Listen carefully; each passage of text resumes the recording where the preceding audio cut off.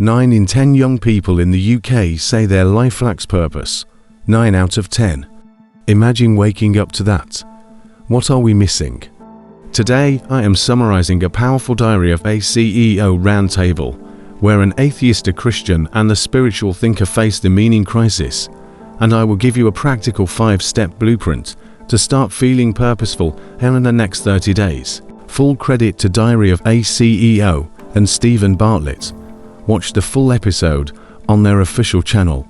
In this video you will hear the real reason people feel purposeless, why the answer is sometimes scientific and sometimes spiritual, and 3 evidence-backed things you can do today that actually increase your sense of purpose, plus a controversial stat that will shock you. Stay for the action plan. The episode begins with hard numbers. Huge swaths of young people reporting no direction. Stephen reads the data. 3 in 5 young Americans and 9 in 10 young Brits feel life lacks purpose, and many link poor mental health to not knowing what to do with their life. That feeling is real, measurable and rising. This is not just hand-wringing.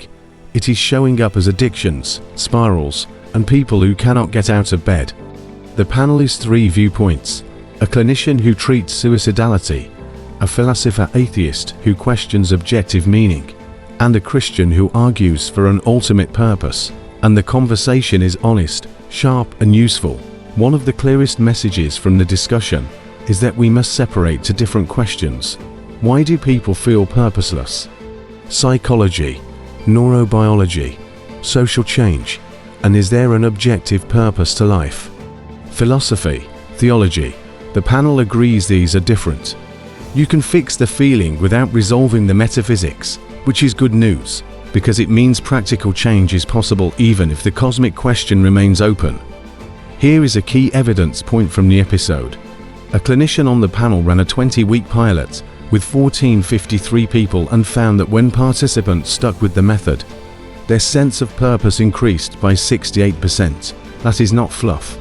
That is a measurable change from a structured program that combines psychotherapy techniques with spiritual practice. If you want proof purpose can be moved, there it is. So, purpose changes.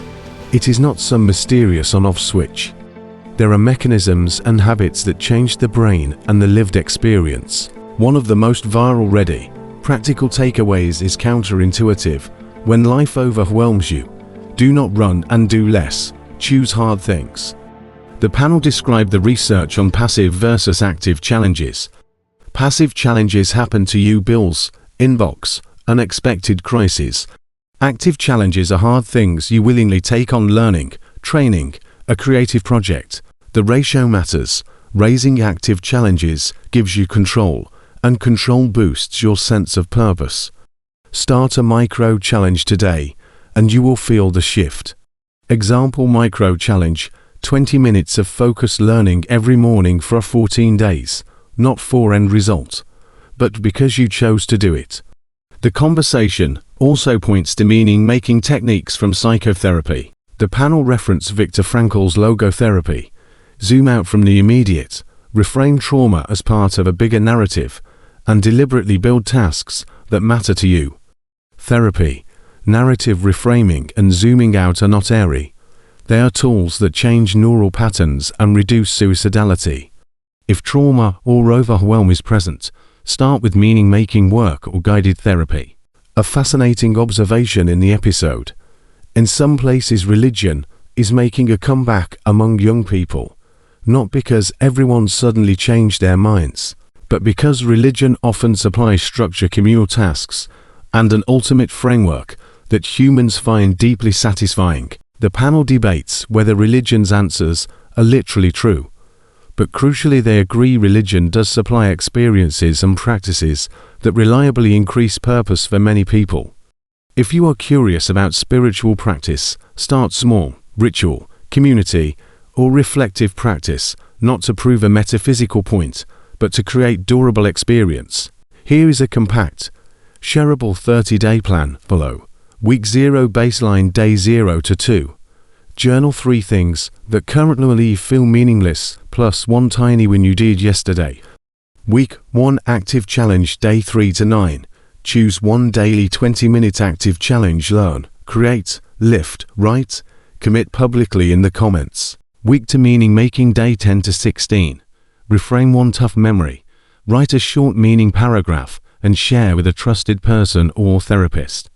Week 3 community ritual. Day 17 to 23. Join a small consistent group. Book, gym, prayer, volunteer, and attend twice. Humans stick to meaning with community. Week 4 reflection and scale. Day 24 to 30. Remeasure your sense of purpose on a simple 1 to 10 scale and plan your next 90-day active challenge. Keep the ratio of active to passive rising.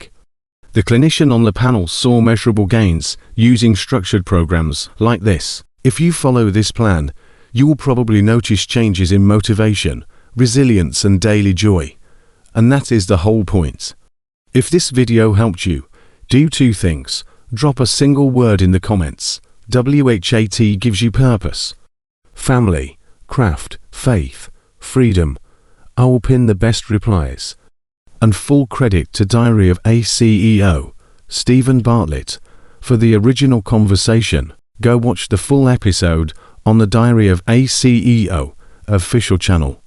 Thank you, Stephen, for an honest, brave conversation that actually teaches people how to live better.